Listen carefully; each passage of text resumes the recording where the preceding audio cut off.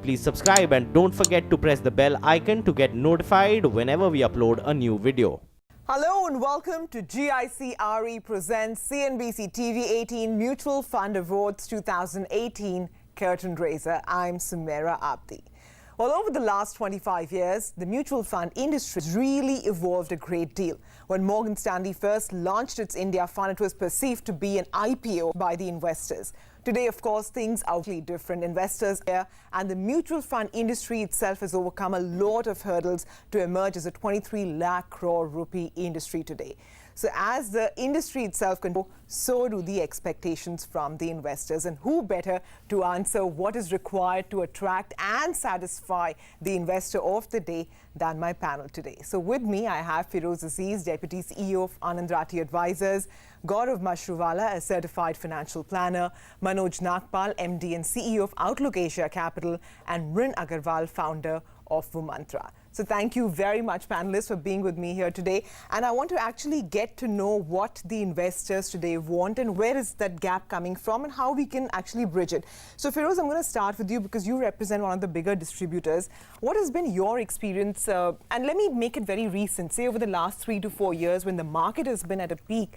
Are investors satisfied with the kind of products that are available? What do they want? See, I think the product offering of the mutual fund industry has been reasonably elaborate. From a gap perspective, if there were some gaps, I think SEBI has done enough to bring a larger product basket. What is required is some degree of understanding of a product fitment into a portfolio. Transforming a group of products into portfolio is a task in itself, which has larger other variables to be taken care of. I think that's where the next leg of education is critical. Education in terms of transparency of products, risk return profiles, and the entire gamut of asset classes being addressed by products has been done so far. I think the next 10 years is going to be using products to create portfolios which marry the product, which is an external factor, to goals, which is the internal factor, and trying to build a bridge, I think, would be the next leg of move. Gaurav, I'm going to toss this to you because I know that over the years we've been speaking a lot and you've been one of those big proponents of actually tying your entire asset allocation portfolio, etc., to goals. In your interaction with the investors, is that easier said than done? No, it's not easy. It is tough because human mind hasn't evolved to that extent. So the clarity of thoughts that these are my responsibilities, these are my dreams, and once I've linked a particular scheme or a particular investment product to a particular goal, relax and just give it the time to nurture and bloom, that hasn't changed. So still that information coming in and they getting kind of psyched and all those things still remains. But I guess, Sumera, that will always remain because it's a human mind. So fear, greed and panic. But yes, now the queries that come in, the concerns that come in, the product information that comes in, and what is the right way ahead, there is a drastic change. But in terms of customers' knowledge, there is growth, while a lot more is needed, as Firoz said. Gaurav actually raised a very important point, which is that the knowledge is very, very peripheral. And isn't that sometimes more harmful? Because as we talk about the evolution of investors, people, they hear terms, they see some metaphors coming through. We've been speaking about how people think of dividend as an income in mutual funds. Is that more harmful? And how can the mutual fund industry sort of actually combat that? Yeah, so here one of the key things to remember is that the average age of the mutual fund industry, as the industry progresses, is actually coming down. That's because a whole new breed or a whole new generation of investors are joining the bandwagon, and investor education is going to be a challenge all the time because the number of people joining the workforce and using mutual funds as the first time investment vehicle is always going to increase. Now this is, we believe, a wave has just started. The last 4 years is the first time we have seen a whole new generation of investors joining.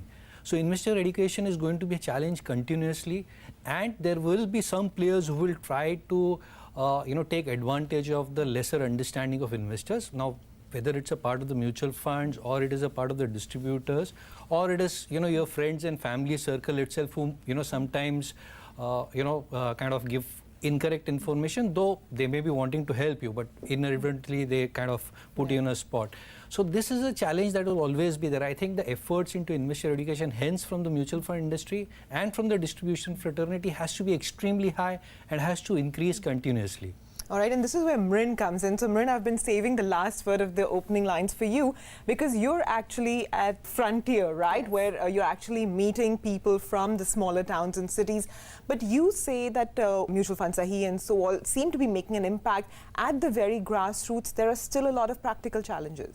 There's been this whole wave where at least now people know about, they've heard the term SIP, and I would say they're a little bit more open to talking about or looking at mutual funds as an investment compared to earlier on. So we do a lot of sessions at corporates, and you'll be surprised to know in the last 1 year we're actually getting questions on mutual funds, whereas earlier on it was all about insurance and endowment products, right?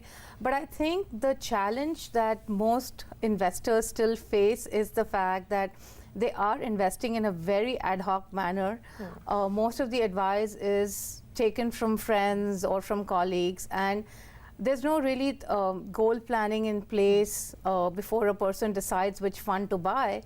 And the other thing that I also find, and this is really surprising, but people do come and tell us that they're really confused by some of the internet platforms, and they find it very difficult to actually go and do the investment because sometimes they don't know who to go to, and they get really confused by some of the online websites. So. Yeah, I know that makes a lot of sense actually, because I know a lot of people have come back to me and said there's such a wealth of data available that they just don't know how to sift through it and actually find actionable information on which are the top 3 or 5 funds that they should actually put their money in. So that makes a lot of sense. But Gaurav, let me come to you back on this. We've seen this whole SEBI recategorization, right? How are you explaining that to your clients? I mean, what is their expectation? Are they looking at debt funds now, which of course for some time remained a big mystery even to the savviest of investors? What is now the current trends? So first is they weren't aware. Now that they are aware, some of them are fine, they are accepting, and we tell them that look, it's only recently this has happened. So now stop comparing returns straight away, because schemes could have merged the past data and the present data. That's number one. So let some time pass by. Some of them are really happy that some streamlining has happened. Ideally, they shouldn't have allowed so many schemes to come in. But anyway, that's happened. At least it's getting rectified. So to great extent, we are telling customers, investors, wait for 1 or 2 more quarters, let things settle down. And then even if there is some change required, modification required, we will look at it. As far as debt products are concerned, debt instruments are concerned, we have been always recommending, may it be for parking temporarily to do an STP or because the goals are nearer. So there, to that extent, we don't have too much problem. Feroz, this whole streamlining, and we've spoken a lot when the entire recategorization was happening. Now new market cap categories have been created, right? How does that change it for mutual funds? This regulation of October 2017 is such a large regulation that all regulations put together, I would say, that's the kind of emphasis this one has. The top 100, like they're called large cap, and the subsequent are called 150. Yeah. So the universe from which a mid-cap fund is going to choose large portion of its investment is going to be narrow. So that makes it a narrower mandate in mid-cap. In large-cap, fortunately, I think since you have 100 stocks now, most of these funds in the large-cap category were skewing their money as per Nifty weightages and Sensex weightages. Nifty's 50% of the money is in the top 10 stocks. So most funds were compelled to propel these stocks. Now there is larger mandate for large-cap funds, a smaller mandate for mid-cap funds. That's point 2. Point 3, which is important to note, is both these benchmarks have been created not on free float, on market cap. This means that these stocks going forward will be more volatile. Point 4, to my mind, the propensity to create extra return would be larger in the next regime because benchmark hugging will stop. So you can expect a larger alpha from fund managers, provided you choose the right fund manager out of the 132. What's the advice for investors who are looking to make investments or their own expectations now from funds? I mean, the returns of the past, and also we have TRI coming in, the returns of the past perhaps not going to be seen again. So I think, whether the alpha is there or reduced will not be a determinant for a lot of people joining the mutual fund industry in terms of investors, and especially the new breed of investors. But that is going to happen is a given, and that should not worry the investors, or that will not even worry the investors who are joining in. The other point actually, and the last point I wanted to make on how taxation on mutual funds is actually understood by investors. Do people in your sessions ask you about, if they were to invest, how would they deal with this kind of taxation? And is that something that's actually percolated now to perhaps, the grassroots level? I think more than the taxation, I think investors at the grassroots level are still worried about the fact that their investments are subject to market risk. For a lot of corporates that we do sessions for in, let's say, Bangalore or Delhi or wherever, you'll still be surprised to know that most people do not actually have access to a financial advisor for various reasons. It could be because they don't know who to go to. For retail investors, I don't think it makes monetary sense for any advisor also to service them, right? So there's a bit of a problem there. The other piece is that investors themselves are really not willing to pay for advice. So end of the day, this person doesn't really know who to go to, and hence, the matter of churning and all of that is later on. Most of the time, churn happens to these investors if somebody tells them, hey, this fund is doing better, and they would just exit out of it irrespective of the taxation.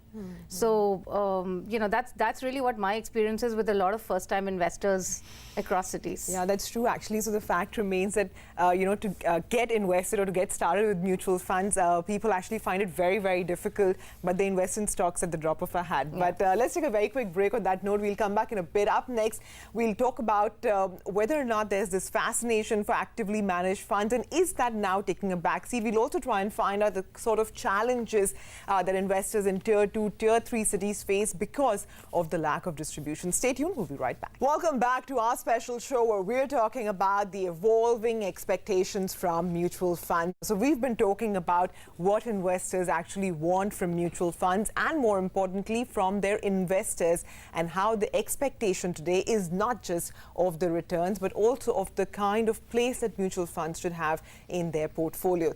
So Mrin, before we went into a break, we were speaking about the kind of challenges that people are facing. One of them, you said, is even having access to good advice. Yes. And therefore also having access to good quality funds. So does this challenge of distribution in your mind remain one of the biggest problems in terms of growing the SIP accounts, growing the folio accounts, growing the industry itself? I think yes, because today if you have a first-time investor choosing a wrong fund or getting into it for a short period like 2 or 3 years, which is what most of them are doing, then certainly you will come at a point in time where they might have a bad experience for whatever reason and never end up investing again. So I do think that the mutual funds or the AMCs need to focus a lot on building an agent network, probably like the insurance industry has done, which goes to the last mile as well, not beyond your Tier 3 locations as well. And I really think that really is the need of the day, to have the right distribution channels in place and accessibility for people to advise. Yeah, that's true actually, but like with insurance channels, there's a lot of mis-selling that's happening. Yes. And with sort of commissions now getting capped, I really don't know how it is that this whole army of distributors can be created. Feroz, any thoughts? See, I think to create an army, you first need to make sure that there is some degree of knowledge.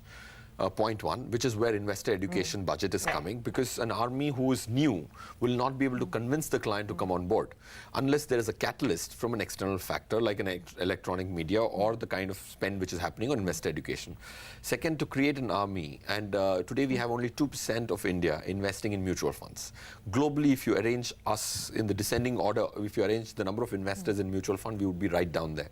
So 2% becoming 10% will definitely require maybe a few lakh more advisors coming in. For that, I think that has not been portrayed as a profession in itself. So to do that, you will have to have a train the trainer kind of a concept, and have institutions which are just making sure that advisors are being churned out. And that's what I think a couple of institutes are doing as a basic job for a person who has finished his graduation. So I think having a target of about 4 lakh advisors is what I think the asset management companies were doing, and brainstorming, which I was a part of, and I think that's the right way to go. Which would be a growth of 10 times? 10 times in the next 10 years. Would a shift towards index funds, etc., make more sense, or should distributors in the smaller cities actually still go out and push some of these actively managed funds? Most of the investors typically want to, invest in the hottest buzzing theme at that point of time, and that itself demonstrates, lack of advisory in the country, and that's, a foray that has to be built. And one of the things that the industry here together has to do is that, rather than just spending money on investor education in the name of, mutual funds, on an industry level also they need to have a budget to grow the distribution business. Now, which is sorely lacking at this point of time, and I think that is one of the initiatives that the industry should take. So AMFI needs to come together and build distributors for the entire industry rather than each AMC trying to build an advisor or a distributor just for themselves available. I think that's another challenge that the industry needs to come together to do it in the next 5 years. Gaurav, what other initiatives can be taken? Do you think that perhaps having something like a universal KYC, which has been spoken about now for many years but hasn't yet seen the light of day, could that be the propeller of growth? So in terms of procedure and processes, there has been a lot of simplification. It can be further simplified. More simple it is, easier it is. And going further, I'm very confident that that will happen. I mean, there will be more difficulties in terms of forcing that down, looking at the size of the country and the number of distributors or the advisors and the complexities. But yes, so these are the issues that we are facing, the number of people advising in tier 2, tier 3. All those are issues, but I guess we are evolving. We have to deal with that. All right, so then closing comments. Mrin, let me first come to you because you've interacted with a lot of people in just the last 3-4 years. Therefore, if you were to sum up their expectations from the mutual fund industry, what would you say that is? What would they want to hear or want facilitated to sort of help them take the leap towards being a mutual fund investor?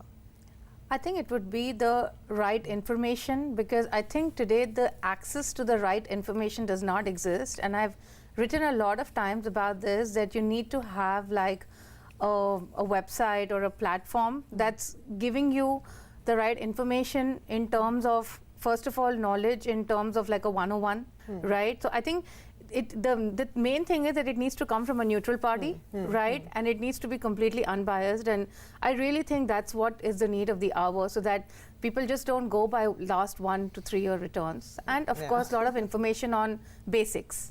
Manoj, your thought in terms of ideas for the industry? Yeah, I would say the biggest challenge that the industry will face in the coming years is that if you just see the last 5 years, the investor base, that is in terms of number of unique investors investing into mutual funds, has gone up 3 times. So, 5 years back, around 50 lakh investors were there, and now people say it's around 1.5 crores. I think in the next 5 years, this number will increase significantly and be in the range of 7 to 10 crores. So that's a challenge that of the scale that is going to change, that the industry needs to understand. And as the scale increases, the expectations of investors will be very diverse. Everybody who's a part of this industry, whether it's the advisors, the fund managers, or the mutual funds, everybody needs to adjust to this big change. All right, Gaurav? So one is about the distributors. They don't need to chase HNI. They need to nurture HNIs and then grow with them. And for that, regular reviews, meeting them. Don't only go when there is a new NFO coming or when you require. If you start doing that, it's in the interest of the investor. It's also in the interest of the distributor or advisor, whoever it is. The moment they start doing it, we are going to see a complete different mindset. That's not happening today, because so many times we feel distributors, advisors themselves are not very confident. Start nurturing and both will evolve. All right, Feroz, final word to you then, because I know that you've had the last few good years. A lot of investors have been coming. What is the one feedback that you think might actually now push the next leg of growth here? See, the next leg of growth cannot ignore the most important pillar which other industries have used, which is technology. See, conventionally growing only in the advisor distribution model can get us to a certain extent. With reduction in costs for the investor, remunerating distributors to be in the industry is like a counterintuitive thing. So point one I'm making is technology will take this industry to the next level granularly. Second is, if you're looking at investments, if SEBI's rule of investor education sustains for the next 10 years, an expected 10,000 crores of investor education budget is possible. If an effective utilization could mean a lot of stuff, but if there is a good plan and a strategy to implement this, I think with awareness and technology, easy access could take the next level of growth. But the third point which I want to finish with is active management in India, okay, is still alive. And I think the extra return which the fund managers intellect in an inefficient market like ours can continue to be there for the next 10, 15 years. The reason why I'm saying that is, if you look back 25 years, and the first funds which were launched have created almost 25 times more than the capital as extra return of the first 10 funds of the country. After having delivered such stupendous extra return, believing that that extra return is gone just because of a SEBI circular would not be fair to the industry, is my last closing remark. All right, fair enough. Thank you all so much. So clearly, some of the themes that remain, one is that there are challenges still at the grassroots level. Amongst the major challenges is that there's a wealth of information that's available and investors are just finding it difficult to sift through it and find actionable information. Besides that, distribution in tier 2, tier 3 cities, good advice, that remains a big problem as well. So perhaps, like Marin suggested, that a neutral party offering data or investor-friendly advice would be well appreciated, as well as Firoz's suggestion on technology. So thanks very much for watching, panelists. Thanks very much for being here, and do stay tuned to CNBC TV 18.